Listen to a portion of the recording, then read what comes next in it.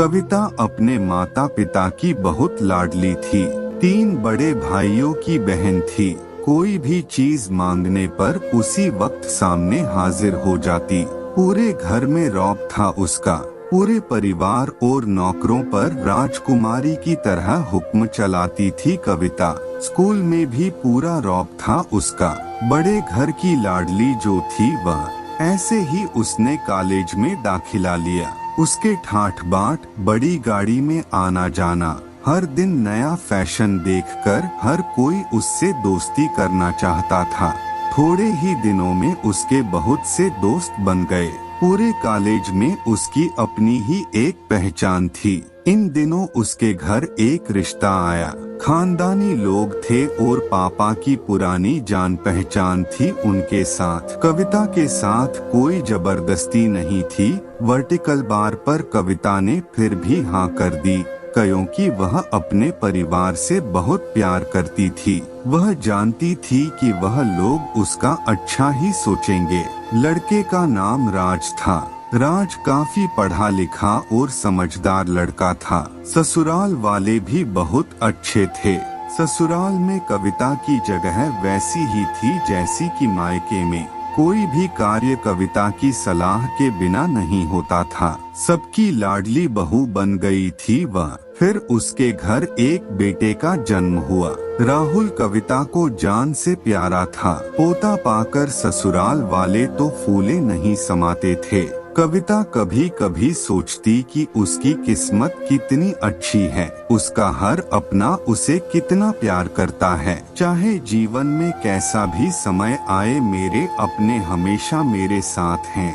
मैं कभी अकेली नहीं हो सकती।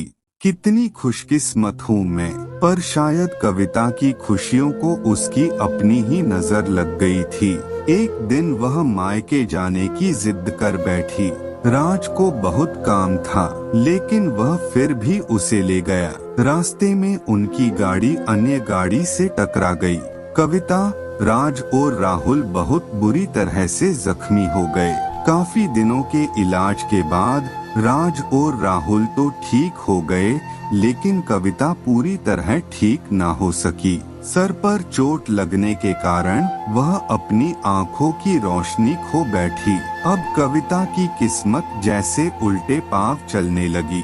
मायके वाले कुछ दिनों तक उसे मिलने आते रहे, फिर कभी कभार फोन ही करके पूछ लेते कि अब कैसी हो। धीरे धीरे ये सिलसिला भी कम हो गया। ससुराल वालों की सहानुभूति भी कम होने लगी। घर में किसी को पास बैठने के लिए कहती तो जवाब मिलता, बहुत काम है, अब तुम भी हाथ नहीं बंटा सकती।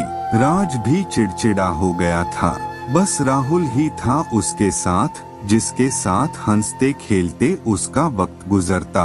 एक दिन कविता के हाथ से कुछ सामान गिर गया, जिसकी वजह से राहुल को हल्की सी चोट लग गई। कविता के सास ससुर ने राहुल को उससे अलग कर दिया कि कहीं उसके ना देखने की वजह से बच्चे का कोई नुकसान ना हो जाए। कविता अंदर से टूट चुकी थी।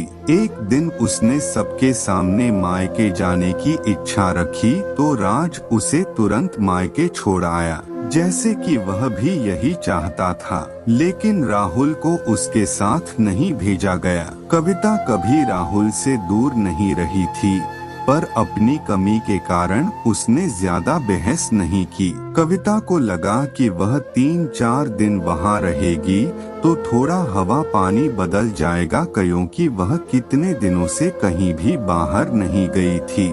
घर वाले भी इतने दिनों बाद उसे देखकर कितने खुश होंगे। कविता के घर पहुंचने पर सब लोग बहुत खुश हुए। खाने में सब कुछ कविता की पसंद का ही बना था। उसने अपने मम्मी पापा और भाई भाभीयों से दिल खोलकर बातें की। उनके छोटे छोटे बच्चे भी बुआ के साथ घुल मिल गए थे। रात को सोने के वक्त जब वह कपड़े बदलने लगी तो उसे पता चला कि उसका बैग तो बहुत भरा हुआ था। वह सब समझ गई। वह बहुत उदास हो गई। कुछ दिनों तक तो सब ठीक रहा, फिर जैसे सब बदलने लगा। सबका व्यवहार बदल रहा था। वह लोग जैसे थक चुके थे उससे। सब लोग घूमा फिरा कर पूछने लगे कि राज कब आ रहा है, उसे ले जाने। वह बहाना बना देती, जबकि वह जानती थी कि उस घर में अब उसके लिए कोई जगह नहीं। कविता से चलते वक्त कुछ ना कुछ नुकसान हो जाता। थोड़ी बहुत टोका-टाकी उसे सुनाई देती, वह टाल देती। एक दिन उसके हाथ से लगकर एक कीमती फूलदान टूट गया। छोटी भाभी ने बहुत हंगामा मचाया। कविता के माता पिता रोज रोज के झमेलों से तंग आ गए थे। उन्होंने राज को खुद से फोन कर दिया। राज कविता को अपने घर ले गया। कविता को अपने परिवार वालों से ये उम्मीद ना थी, जिस कविता के कहे बिना घर में एक पत्ता भी नहीं हिलता था। उस घर के लिए वह अब बोझ बन चुकी थी। राज के साथ ससुराल आते वक्त वह बहुत खुश थी, क्योंकि वह अपने घर जा रही थी, अपने जिगर के टुकड़े राहुल के पास। परंतु यह खुशी भी कुछ पल की ही थी। सारा बंदोबस्त पहले ही किया हुआ था। कविता को सीधे ऊपर वाले कमरे में पहुंचा दिया गया। राहुल से दूर रहने की सख्त चेतावनी दी गई। एक काम वाली लता को उसकी जिम्मेदारी सौंपी गई, जो उसके खाने पहनने जैसी जरूरतों का ध्यान रखती। कविता ज्यादातर चुप ही रहती। कभी कभी काम वाली लता से थोड़ा बतिया लेती। उसके जरिए राहुल का पता चल जाता। सबकी लाडली बेटी और बहू सबके लिए लाडली से बोझ बन चुकी थी।